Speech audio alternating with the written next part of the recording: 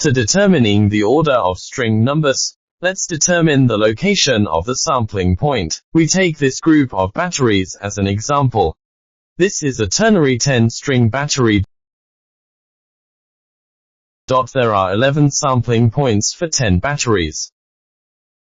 The same 10 strings of protective panels.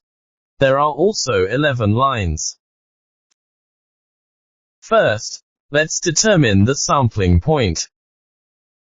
The first sampling point is the total negative electrode. This point, we mark the point of total negative pole as B.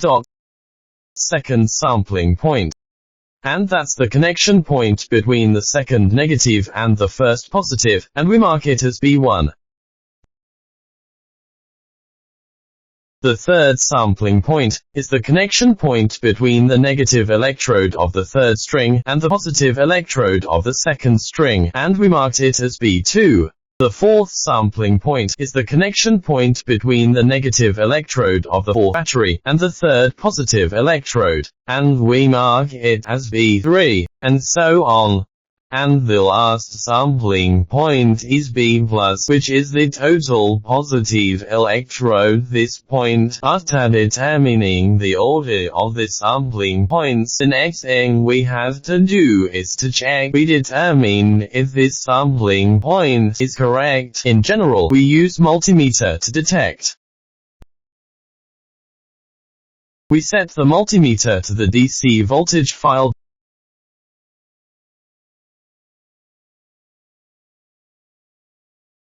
We put the black meter pen at the first sampling point. The red meter pen is placed at the second sampling point. Everyone can see that it is about 30.45 V. The black meter pen does not move. We move the red meter pen to put the red meter pen at the third sampling point. Everyone can see that it is about 60.92 V. The black pen continued. Move the red meter pen and put the red meter pen at the fourth sampling point. Can you see is 10.37 V. This voltage is increasing in turn. Each increase is about 3 volts. The black watch pen does not move, continues to move. The red watch pen 0.13, 0.84 V. 17 to 92. 0.75 V. 24 to 21 V. 27 to 68 V. 31 to 14 V. And now it's the last sampling point B+. 34.59 V. This voltage is a total voltage of the battery, from B+ to B.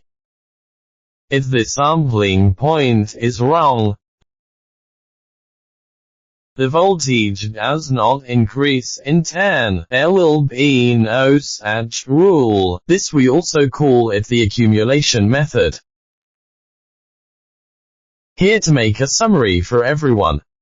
What about the accumulation method, which is generally suitable for the battery with complex battery structure to determine the sampling point? Like a normal battery, we can judge whether the sampling point is correct through common sense. After determining the order of the sampling points, let's determine the order of the wiring. You can take a look. This is a line. There are 11 wiring. I have said 10 batteries in front of the line, a total of 11 sampling points. 10 strings of protective panels also have 11 wiring. You can take a look at 1, 2, 3, 4, 5, 6, 7, 8, 9, 11. The black line is the first line. We have to connect her to the total negative electrode of the battery. A second line is a red one. We'll take it to B1. A third red line connected to the second. We connect it to the B2 sampling point. Connected to the third is the fourth line. Fourth line we put it to the B3, and so on. For the last red line, we are going to attach it to the total positive pole of the battery pack, that is the B+.